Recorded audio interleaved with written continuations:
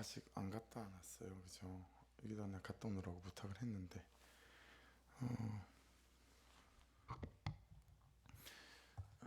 반주 하시는 분들은 한 달치 찬양 콘티가 코팅이 돼서 여기 있을 거예요.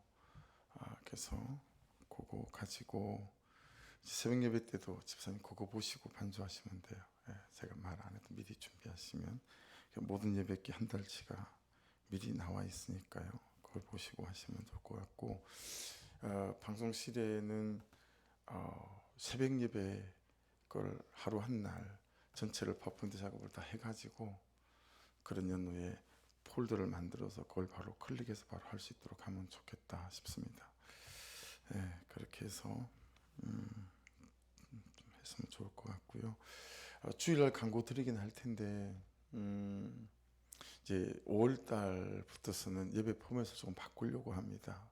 내일 팜플렛을 만들어서 주부에 끼워 넣으려고 하는데, 그래서 수요일은 설교를 하지 않고 수요일은 교육에 관련된 것들을 하려고 합니다. 그래서 이제 5월 달부터는 전도 폭발, 그게 복음의 프레임을 틀을 딱 갖추게 해주거든요. 그거 잘 이제 하시면. 그래서 하나님에 대해서, 예수님에 대해서 제가 한 10년 가까이 계속 전도파를 하면서 저는 복음의 근간이, 저는 신학교에 와서 복음의 프레임, 이게 틀이 잡힌 게 아니고 청년 때 19살 때부터 신학하기 전까지 26까지 거의 매주 한 명씩에게 45분짜리 복음을 전했어요. 전도파는 그렇게 하는 거거든요. 매주 한 명에게 45분씩 복음을 전하는 그걸 했었는데, 신학교 들어와서도 제일 처음 사역했던 신성 성결교에서도 그렇게 사역을 했었습니다. 매주 11시 예배 마치고 12시 반 예배 끝나면 얼른 밥 먹고 저녁 예배 하기 전까지 돌아다니면서 그렇게 또 일을 하고 했었습니다. 그래서 그걸 하면 복음을 어떻게 전해야 하는지, 또 예수 그리스도가 다른 사람한테 적어도 예수가 누군지, 하나님이 누군지, 구원이 무엇인지, 죄는 무엇인지, 은혜는 무엇인지 5가지는 확실하게 전달할 수가 있으세요. 그래서 수요일은 그 전도폭발 건간으로 그게 한 주에 하나씩 끝날 수가 없어요. 그렇게 그걸 나가겠고요. 금요일은 기도의 위주로 하려고 합니다. 설교를 15분 이상 절대 넘기지 않고, 이제 그렇게 되면 토요일 날 묵상하시기에 좀 약간 좀 그렇긴 하겠습니다만은, 그래서 금요일은 기도의 중심으로 그렇게 재편하려고 합니다. 다시 3대가 함께 드리는 성령 대망회로 가정의 달이기도 하고, 그래서 특별히 이제 5월 달에는 가정의 회복을 위해서 저희가 집중 좀 기도하려고 하거든요. 그렇게 예배 품에도 조금 바꾸려고 합니다. 5월 달 전체는 가정의 달에 맞춰서 다 말씀을 좀 나누려고 하고요. 강의 설교를 잠깐 멈춰놓고, 그래서 그렇게 하시고 여러분들께서 기도해 주셔서 수요일은 수요일대로 또 잘 배울 것들을 배워가고, 그 다음에 또 금요일은 정말 3대가 함께 모여서 기도하는 시간으로 그렇게 성대망회를 또 지켜갈 수 있으면 좋겠다 싶습니다. 오늘 시편 18절 말씀, 18편 말씀은 좀 익숙하시죠? 익숙하신데 조금 정리를 해볼게요. 그러면 좀 보기가 쉬우실 듯해서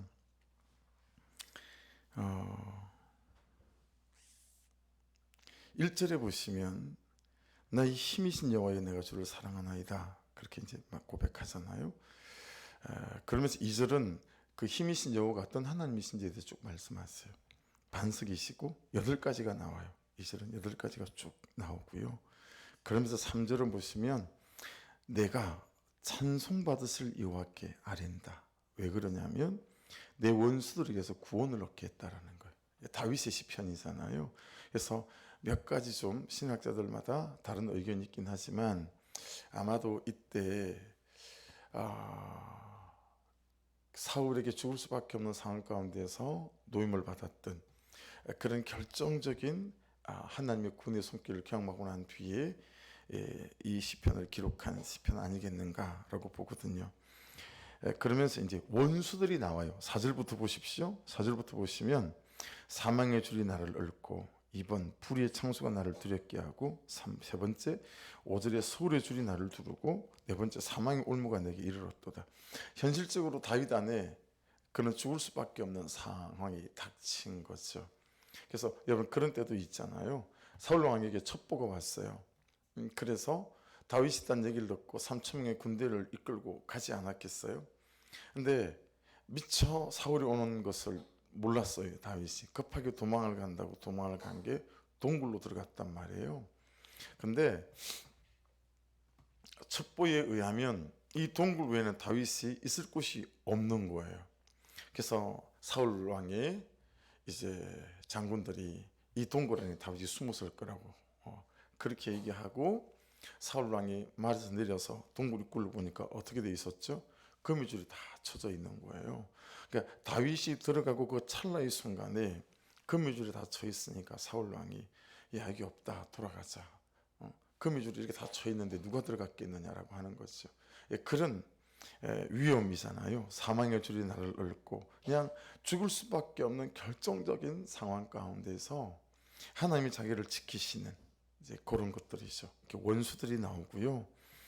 6절부터서는 하나님께 대하여 우리는 어떻게 해야 되나, 어떻게 해야 되나, 이런 내 인생에 실제적인 어려움들이 오고 또 현실적인 어려움들이 오게 될 때 어떻게 해야 되나. 6절 7절 보십시오.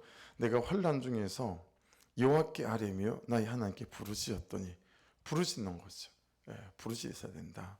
그가 그때 그의 성전에서 내 소리를 들으시고 그의 앞에서 나의 부르짖음이 그에게 들렸도다. 7절 이에 땅이 진동하고 두 번째 산들의 터도 요동하였으니 그의 진노로 말미암음이로다. 그렇게 말씀합니다. 이제 그러면서 8절부터 여러분 15절까지는 계속 보면 하나님의 현현, 하나님이 어떻게 나타나시고 하나님께 어떻게 해서 일하시고 이런 것들이 쭉 등장해요. 15절까지는 9개로 리스트가 만들어지더라고요. 그의 귀에서 연기가 오르고 입에서 불이 나와 사름이여 그 불에 숯이 피었고 그가 또 하늘을 들으시고 강림하시고 그의 발에는 어두컴컴하고 그런 말씀들이 계속 쭉 등장하세요. 그런데 15절까지 그런 하나님이 16절부터 보세요. 20절까지 그런 하나님이 그가 높은 곳에서 손을 펴서 나를 붙잡아 주시며 많은 물에서 나를 건져내셨도다. 그런 하나님이 나를 건져내시는 거예요. 17절도 미워하는 자에게서 원수에게서 건지셨다. 그렇게 말씀하시죠. 18절에는 여호와께서 나의 의지가 되셨고 19절에는 나를 넓은 곳으로 인도하시고 나를 기뻐하심으로 나를 구원했대요. 여호와께서 내 의를 따라 상 주시고 내 손의 깨끗함을 따라 내게 갚으셨다. 근데 하나님이 그렇게 하신 이유가 나와요. 21절부터는 하나님이 그렇게 하신 이유가 뭐죠? 21절 이는 내가 여호와의 도를 지키고 악하게 내 하나님을 떠나지 아니하였으며 22절 세 번째로 그의 모든 규례가 내 앞에 있고 내게서 그의 윤례를 버리지 아니하였기 때문이고 23절 네 번째로 또한 나는 그의 앞에 완전하여 나의 죄악에 스스로 자신을 지켰기 때문이다 라고 말합니다. 그러면서 이제 그러므로 24절부터 여호와께서 내 의를 따라 갚으시되 그의 목전에서 내 손이 깨끗한 만큼 내게 갚으셨도다. 이게 여러분 다윗이 완전했다라는 의미는 아니에요. 그가 얼마나 완전했고 얼마나 깨끗했으면 그렇죠. 그런 의미보다는 이제 다른 의미들이 있죠. 근데 분명한 사실은 뭐냐면 하나님과 다윗 사이에 이게 이제 되는 거예요. 하나님은 다윗은 너무 하나님을 믿고 신뢰하고 그분을 사랑하고 그분을 의지하는 거죠. 그렇죠. 그래서 사울 왕을 죽일 수 있는 기회가 있음에도 죽이지 않잖아요. 철저히 하나님을 의지해요. 그러니 또 이 하나님은 또 다윗을 그의 모든 삶의 위기 때마다 오셔서 건지시고 고치시고 함께 하시는 하나님의 은혜를 베푸심과 그 은혜를 받은 다윗이 하나님을 사랑하는 이것이 여러분 계속 다윗의 인생에서 반복되고 있음을 알 수 있습니다. 그러니 여러분 틀림없어요. 그렇죠? 요한복음 10장 27절 말씀 그대로 하나님께서 우리를 창조하실 때 하나님 그분과 우리가 교제가 될 수 있도록 하나님 그러면 하나님이 들으시고 또 하나님께서 우리 이름을 부르시면 또 우리가 하나님을 들을 수 있고 그런 존재와 관계로 부르셨다라고 하는 것들을 알 수 있습니다. 그러면서 25절부터 26절까지는 자비로운 자에게는 주의 자비로우심을 나타내시고요. 완전한 자에게는 주의 완전하심을 보이시고 26절 보세요. 깨끗한 자에게는 주의 깨끗하심을 보이시고 사악한 자에게는 주의 거스름을 보이시리니 하나님께서 말씀대로 살아가고 주를 의지하려고 몸부림치는 자들에게 어떻게 대답하시고 하시는 분이신지 말씀하고 계세요. 이제 그러면서 27절, 28절, 29절 주께서 공고한 백성은 구원하시고 교만한 눈은 낮추시고 주께서 나의 등불을 켜시며 여호와 하나님이 내 검을 밝히시리라. 29절이 이제 오늘 키버스 핵심 구절. 내가 주를 의리하고 적군을 향해 달리며 내 하나님을 의지하고 담을 뛰어넘나이다. 여러분, 다윗 입장에서 적군은 누구죠? 사울 왕이고, 그리고 또 어때요? 3천 명의 정예병력이죠. 자기는 호를 단신이라고 볼 수 있지 않겠어요? 근데 그런 적군을 향해 어떻게 달릴 수 있겠어요? 그래서 여러분 대치해 보시면 돼요. 지금 여러분에게 적군이 누군지, 여러분을 죽게 만들고 괴롭게 만드는 건 우울증일 수도 있죠. 삶의 어떤 현실과 처지일 수도 있어요. 회복되지 않는 나의 메마름일 수도 있어요. 그렇죠? 계속 짜증이 올라오고 우울함이 올라오고 혈기가 올라오고 불평이 올라오고 계속 원망만 올라오고 욕이 올라오고 그럴 수 있잖아요. 몸은 아프고 이게 우리의 적군일 수 있잖아요. 그렇죠? 근데 우리는 항상 적군에게 도망 다녀요. 항상 도망 다녀요. 재정이라는 적군에게 도망 다니고, 그렇죠? 항상 도망 다녀요. 도망갈 일밖에 없는 것 같아요. 이래서 도망가고 저래서 도망가고. 근데 다윗은 지금 뭐래요? 적군을 향해 달린대요. 마주 서서 달리는 거예요. 전혀 다른 삶의 국면이잖아요. 그러니까 여러분 오늘부로 여러분 항상 쫓겨 도망 다니는 인생에서 적군을 향해 마주 달리며 그들을 격파하고, 이 벽이라고 하는, 이 담은 이 벽이거든요. 이 담은 슈르라고 하는 건데 벽이에요. 이런 것들을 뛰어넘을 수 있는 여러분 그런 하나님으로부터 공급되는 은혜, 그분을 신뢰하는 믿음과 의지가 충만할 수 있기를 주의 이름으로 축복합니다. 그렇게 전체를 요약해 놓고 보면 여러분 생각 한번 해보세요. 인생은 있잖아요. 그에게 지는 경우가 있어요. 그래서 그에게. 또 다른 면으로 보면 그것에게 지는 경우가 있어요. 아무래도 그는 사람이겠죠. 여러분의 친구들일 수도 있고 여러분의 가족들일 수도 있고 사람이니까요. 그리고 그것이라고 하는 것은 뭐 여러 가지가 될 수 있겠죠. 돈에게 질 수도 있고 게으름해질 수도 있고, 그죠? 내 성품과 성격에 질 수도 있고, 뭐 많은 것이 될 수 있지 않겠어요? 상처에 질 수도 있고. 근데 여러분 잘 보면 내가 그에게 지는 줄 알았고 그것에게 지는 줄 알았고 무너지는 줄 알았는데, 여러분 잘 보시면 내가 그에게 지는 것이 아니에요. 그리고 내가 그것에게 지는 것도 아닙니다. 무슨 말이냐면 여러분 내가요 그 사람이 만난 하나님의 크기, 깊이, 그리고 하나님을 만난 그 사실에 지는 거다라고 하는 것이죠. 그러니까 여기서 말하는 그는 하나님을 모르는 사람도 아니고 그런 사람을 제가 비유로 든 거죠. 그렇죠? 그러니까 이런 거예요. 여러분 보세요. 내가 그 사람이 만난 하나님만큼 내가 하나님을 만나지 못한 거예요. 그래서 내가 그에게 지는 것 같으나 그게 아니라 그가 하나님을 만난 그 깊이, 그 사실, 그게 내가 지는 거다라고 하는 거예요. 여러분 이해되시죠? 내가 그 사람이 깊이 만난 하나님만큼 내가 하나님을 깊이 만나지 못한 거예요. 여러분 그러니까 그 문제보다는 어때요? 내가 하나님을 더 깊이 만났을 때는 여러분 그 문제를 향해서 마주 달릴 수 있겠죠. 그런데 내가 그 문제보다 하나님을 깊이 만나지 못하면 어떻게 해요? 맨날 쫓겨다녀야 돼요.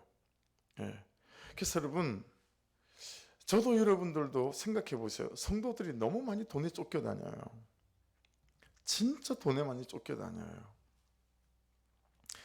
이게 옳은가 질문되어졌어요. 말씀을 묵상하다가 이렇게 돈에 쫓겨다니는 게 옳은가? 왜 우리는 돈에 대하여 마주 달리지 못하지? 라고 하는 거예요. 그렇죠? 돈뿐만이 아니잖아요. 내 성품, 내 혈기 맨날 쫓겨다녀요. 내 태도에 맨날 쫓겨다녀요. 그것 때문에 미칠 것 같아요. 안 그러고 싶은데 나는 그러고 있어요. 그래서 누군가를 힘들게 만들었어요. 근데 힘들게 만든 그것보다 내가 그런 사람이 또 되었다는 사실이 우리를 절망하게 만들지 않습니까? 그렇죠? 맨날 내 성품과 태도에 쫓겨다니는 거예요. 내 성품을 향해 마주 달리질 못하는 거예요. 예, 마주 달리지 못하는 거예요. 그러니까 여러분, 내가 그 사람에게 하나님이 사실이고 그 사람에게 하나님이 실제인 만큼 내가 하나님이 그 사람만큼 사실이고 실제가 아닌 거다라고 하는 거죠. 그러니 여러분, 제발 내가 못냈기 때문이다, 이런 바보 같은 생각을 하면서 살지 말아야 된다 라고 오늘 말씀은 다윗을 통해서 우리에게 말씀하시는 거예요.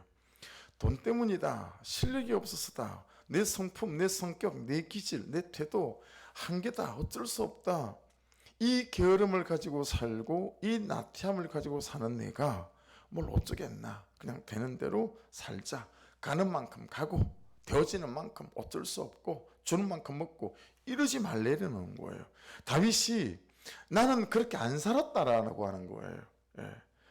나도 똑같은 그런 사람이었는데 다른 게 있었다라고 하는 거 아니겠어요? 여러분 생각해 보십시오. 만일에 그랬다면 예수님이 12제자를 불러 세우실 때 그 당대 사회적으로 가장 못 배운 그런 어부들을 불렀겠습니까? 그렇지 않아요? 그렇죠? 적어도 저런 삶은, 저런 직업은 가지지 말아야 된다, 아무리 백가죽이 등짝에 붙어도. 여러분, 그렇게 유대인들이 침뱉고 가고 무시했던 세리 마태 같은 사람을 제자로 불렀겠냐고요, 주님이. 그렇죠? 여러분, 마가의 다락방 이전과 마가의 다락방 이후의 제자들을 잘 구분해서 봐야 됩니다. 그렇죠? 똑같은 사람이에요. 그 사람이 그 사람입니다. 마가의 다락방 전에 베드로가 마가의 다락방 이후에 베드로죠. 마가의 다락방 전에 요한이 마가의 다락방 이후에 요한이에요. 그냥 그러면 그 사람이 그 사람이에요. 여전히 똑같은 과거를 가지고 있고 여전히 똑같은 현재를 가지고 있고 성품도 그대로고 게으름도 그대로고 태도도 그대로고, 여러분 그 사람이 그 사람들이었다니까요. 그런데 그들이 마가의 다락방 이후에 다른 사람들이 되어 있었다라고 하는 거죠. 무슨 얘기를 하는 거죠? 여러분, 하나님을 만난 깊이가 달라진 거예요. 하나님을 믿는 믿음이 달라진 거예요. 여기에 여러분, 다윗이 적군을 향해 마주 달리고 그 인생의 벽들을 뛰어넘을 수 있는 은혜와 믿음이 있었다라고 하는 거죠. 그러니 여러분, 자꾸 나를 탓하거나 내 존재가 원래 나는 이런가 보다라고 하는 이런 원수가 속이는 것에 속임을 당하지 말고요. 여러분, 내가 하나님을 만나는 깊이를 깊어지게 하는 은혜가 있기를 주의 이름으로 축복합니다. 내가 하나님을 만나는 깊이가 달라서야 해요. 그게 지금 저에게 너무 간절합니다. 제가 어느덧 너무 얕은 곳까지 올라온 것 같아요. 여러분은 어떠세요? 여러분은 어떠세요? 너무 얕은 곳까지 올라와 놓으니까요, 뻑하면 불평이 생기고 뻑뻑하면 혈기가 생기고요, 뻑하면 원망이 생기고 막 이러는 거예요. 여러분, 이 은혜 깊은 자리로 내려가서 정말 깊은 곳에 그물을 던지는 저와 여러분 될 수 있기를 주의 이름으로 축복합니다. 하나님을 만난 깊이를 바꿔야 하고요. 그래서 하나님을 믿는 믿음의 깊이와 넓이, 높이를 바꾸지 않으면, 여러분, 우리는 맨날 돈에 쫓겨다닐 거예요. 우리는 맨날 내 태도와 내 성품에 쫓겨다닐 수밖에 없을 거다. 그러니까 어떻게 해야 되지? 그런 생각 들지 않으세요? 이 하나님을 깊이 만나려면 내가 어떻게 해야 될까? 이 깊이를 좀 바꿔야 되는데 어떻게 해야 될까라는 거예요. 여러분, 물 같은 데야 발목 정도 있으면 좋겠으나, 그래서 맨날 우리 은혜가 그냥 발목 밑에서 노는 거예요. 그리고 내가 그 바깥에 있어요. 그러니 여러분, 내가 얼마나 육적이고 정욕적이며 교만하며 얼마나 혈기적일 수밖에 없지 않겠어요? 여러분, 은혜의 물이 계속 차올라서, 그죠? 이 은혜에 잠긴 바 되어지고 보혈에 잠긴 바 되어지고 성령에 잠긴 바 되어져야 될 터인데, 우리가 항상 너무 얕은 곳에 발목을 드러내놓고 있는 거예요. 그러니 여러분, 우리를 10등분 한다면 발목이면 10분의 1인데, 그죠? 10분의 9는 그냥 육적으로 살고 10분의 1은 영적으로 사니 9대 1이잖아요. 3 중에 9번은 지고 1번은 이기는데 그마저 다행이죠. 그마저 다행이죠. 우리가 여러분 정말 9번 지고 1번이라도 이기는 삶을 지금 살고 있을까요? 그러니까 하나님을 만난 그 깊이가 다락방 이후에 완전히 달라졌습니다. 다시 다윗 얘기로 좀 돌아가 볼게요. 사무엘상 17장, 그러면 이제 골리앗과의 싸움이 나오는 대목이잖아요. 그 17장 24절에 가면 이스라엘 모든 사람이 그 사람을 보고 심히 두려워하여 그 앞에서 도망하며, 여러분 그 사람이 누구겠어요? 골리앗이잖아요, 그죠? 그 사람을 보고 심히 두려워하여 도망했다, 이제 쫓겨다니는 거예요, 그죠? 그 많은 이스라엘 전체의 군대와 사울 왕까지 또 쫓겨다니는 거예요. 누구에게? 한 사람한테. 여러분 골리앗이란 한 사람한테 쫓겨다니는 거예요, 그죠? 사무엘상 17장 16절에는 보면 있잖아요. 그 블레셋 사람이 골리앗이 40일을 조숙으로 나와서 몸을 나타내었더라 그랬어요. 그러니까 여기서 40일은 정말 문자 그대로 40일일 수도 있으나, 우리로 말하면 만일에 마가의 다락방 없다면 평생 이룰 수도 있는 거예요. 평생 골리앗에게 쫓겨다니는 거예요. 돈이라는 골리앗, 내 성품이라는 골리앗. 예. 우리는 뭐 얘기하면 옛날에 내가 자랐던 상처를 너무 많이 얘기하잖아요. 우리 아버지가요. 근데 그 아버지는 이미 죽었어요. 한 20년 전에. 근데 지금도 그 아버지는 내게 역사예요. 예수는 역사하지 않는데. 그렇지 않아요? 여러분 우리가 그 상처를 언제 받았었습니까? 너무 오래전에 받은 상처 아니에요? 근데 그 상처가 지금도 내게 역사예요. 여러분 상처는 이렇게 힘이 있는데 예수는 아무 힘이 없어요. 이게 옳으냐라고 하는 거죠. 예. 그날에 받았던 그 아픔은 여전히 내게 역사해요.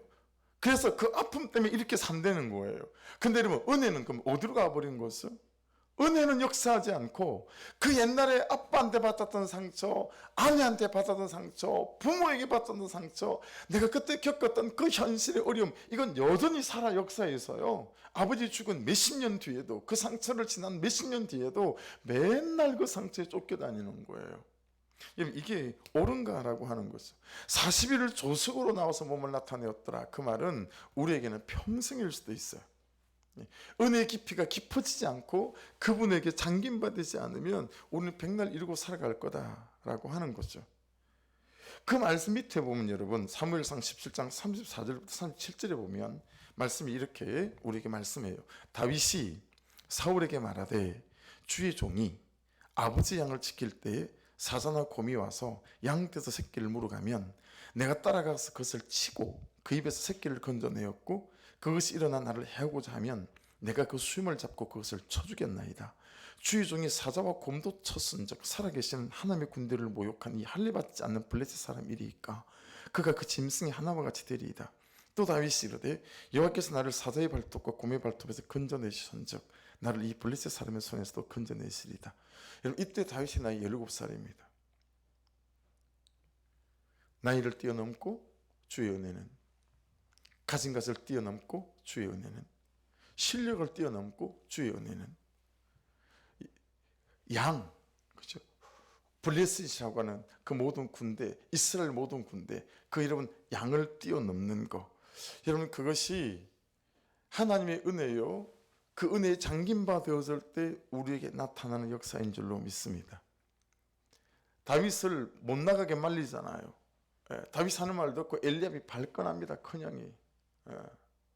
이게 뭐 애들 장난인 줄 아냐. 사울왕도 말리잖아요. 야 너는 소년이고. 그때 다윗 한 고백이에요. 사자도 때려잡고 양도 때려잡았는데 그거 전부 다 하나님께서 그렇게 하시던데요. 그런데 저 사람 하나 그러지 못할까요? 라고 하는 것 아니겠습니까? 여러분 무엇이 나이를 뛰어넘게 만들고 가진 것을 뛰어넘게 만들고 실력을 뛰어넘게 만들죠? 내 하나님을 만난 깊이가 그 모든 것을 뛰어넘게 만든다라고 하는 것입니다. 내가 하나님을 만난 그 하나님을 믿는 믿음이 이 모든 것들을 뛰어넘어서 더 이상 쫓겨가지 않고 마주 향하여 달리는 그런 은혜와 승리가 시작되게 될 줄 믿습니다. 해서 1절에 다윗의 고백을 다시 보십시오. 나의 힘이신 여호와여 내가 주를 사랑하나이다. 여러분 다윗에게 여호와는 힘이었습니다. 이게 하자크에서 온 단어인데, 하자크는 원래 강하다라는 뜻, 성경에 굉장히 많이 나오잖아요. 이게 하자크에서 약간 이게 변형된 그런 헤제크라는 단어예요. 능력이란 뜻도 있고요, 힘이란 뜻도 있고요, 실력이란 뜻도 있고요, 탁월함이란 뜻도 있고, 뛰어나다 이런 뜻도 있어요. 누가요? 내가요? 아니요, 하나님이.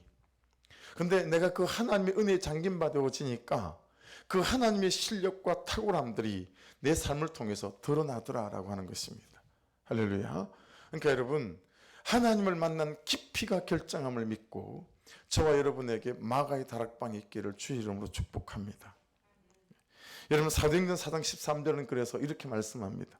그들이 베드로와 요한이 담대하게 말함을 보고 그들을 본래 학문 없는 범인으로 알았다가 이상히 여기며 또 전에 예수와 함께 있던 줄도 알고. 여러분, 여기 학문 없는 범인이라고 되어져 있잖아요.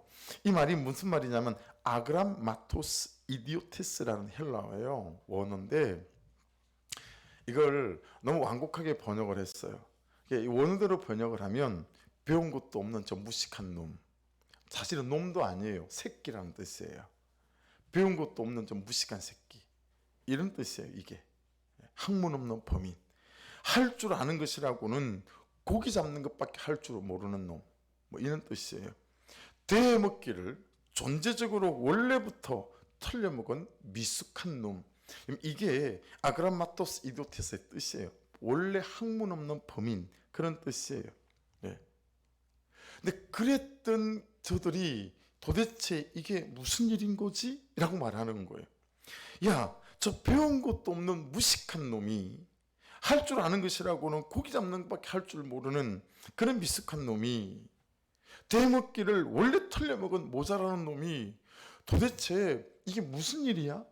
라고 말하는 이유는 그 앞에 마가의 다락방 이후에 하나님의 은혜의 바다에 잠김바 되어심으로 베드로를 통해서 드러난 삶을 보고 지금 바리새인들이, 서기관들이, 제사장들이 그렇게 얘기하는 거예요. 그 삶을 여러분 이미 다 아는 거지만 몇 가지 소개하면, 사도행전 2장 41절로 47절입니다. 그 말을 받은 사람들은 세례를 받으며 이날에 신도의 수가 3,000이나 더하더라. 베드로의 설교 끝에 3,000명이 회개하고 세례를 받았답니다. 그들이 사도의 가르침을 받아, 여러분 사도의 가르침이라고 그랬어요. 사도들, 복수를 쓰지 않았어요. 베드로 사도의 가르침을 받아 서로 교제하고 떡을 떼며 오로지 기도하기를 힘쓰니라. 사람마다 두려워하는데 사도들로 말미암아 기사와 표적이 많이 나타나니 믿는 사람이 다 함께해서 모든 물건을 서로 통용하고 또 재산과 소유를 팔아 각 사람의 필요를 따라 나눠주며 날마다 마음을 같이하여 성전에 모이기를 힘쓰고 집에서 떡을 떼며 기쁨과 순전한 마음으로 음식을 먹고 하나님을 찬미하며 또 온 백성의 칭송을 받으니 주께서 구원받는 사람을 날마다 더하게 하시니라. 여러분, 이 말씀이 다시 이 말씀을 묵상하면 참 은혜가 되는 건 필연적이구나. 다윗 한 사람이 하나님의 은혜에 잠김받아지니까 여러분 세상적으로 실패한 400명의 아둘람 동굴에 모였는데 이들이 세월이 지나가며 이스라엘을 건국하고 정복해내는 세 용사요, 30 용사요, 300 용사도로 다 뒤집어지고 인생이 바뀌지 않습니까? 네, 여러분 오늘 이 본문도 보세요. 한 사람이 마가의 다락방을 지나며 은혜의 바다에 잠김받아지고 성령으로 충만한 사람이 되고 나니까 이 사람을 만나는 모든 사람들에게 인생에 여러분 있을 수 없는 일들이 일어나는 거예요. 그러니 여러분 제발 아내를 탓하는 일을 제발 우리가 진짜 이 밤에 그만 스탑해야 됩니다. 남편을 탓하는 일을 스탑해야 되고 자녀를 탓하는 일을 스탑해야 되고요. 다른 지체들을 탓하는 일을 스탑해야 돼요. 그 모든 책임은 나에게 있다. 말씀에 비춰볼 때 그게 진짜 정답이라고 깨닫습니다. 베드로라는 사람이 마가의 다락방을 지난 뒤에 그를 만나는 모든 사람들이 세상에 여러분 자기 재산과 소유를 팔아 가난하게 나눠주는 이런 엄청난 일들이 일어나지 않습니까? 그렇죠? 그러니 여러분 어찌 그의 탓이다. 그는 인간적으로 원래 못돼 먹은 사람이다. 이러는 우리의 말과 혀가 옳으냐라고 하는 거죠. 말씀을 볼 때 그렇지 않다. 나를 만났고 나를 알고 있음에도 불구하고 여전히 그가 그런 인간이라면 여러분 내가 아직 그런 인간이다라는 사실이 틀림없습니다. 그러니 여러분 저와 여러분이 하나님을 만난 깊이가 진짜 깊어질 수 있기를 주의 이름으로 축복합니다. 해서 저와 여러분을 만난 모든 사람들이 동일하게 이 하나님의 깊이 있는 만남이 일어날 수 있기를 주의 이름으로 축복합니다. 여러분 사도행전 3장 6절로 10절에도 여러분이 잘 아는 베드로가 이르되 은과 금은 내게 없거니와 내게 있는 것을 내게 주노니 나사렛 예수 그리스도 이름으로 걸어라 하고 오른손을 잡아 일으키니 발과 발목에 굳게 힘을 얻고 뛰어서서 걸으며 그들과 함께 성전으로 들어가면서 이런 일이 일어난 거잖아요. 그러니까 여러분 보세요. 참 저 인간은 수준이 안 되네. 어떻게 저 모양일까? 우리 항상 그렇게 생각하잖아요. 그죠? 그리고 겉으로는 욕을 못하지만 속으로는 이런저런 욕을 막 하고 퍼붓지 않습니까? 근데 여러분 말씀을 보면 그가 일어나지 못하는 이유는 내가 일어나 있지 않는 사람이기 때문에 그렇다라고 하는 것들이 틀림없는 사실이에요.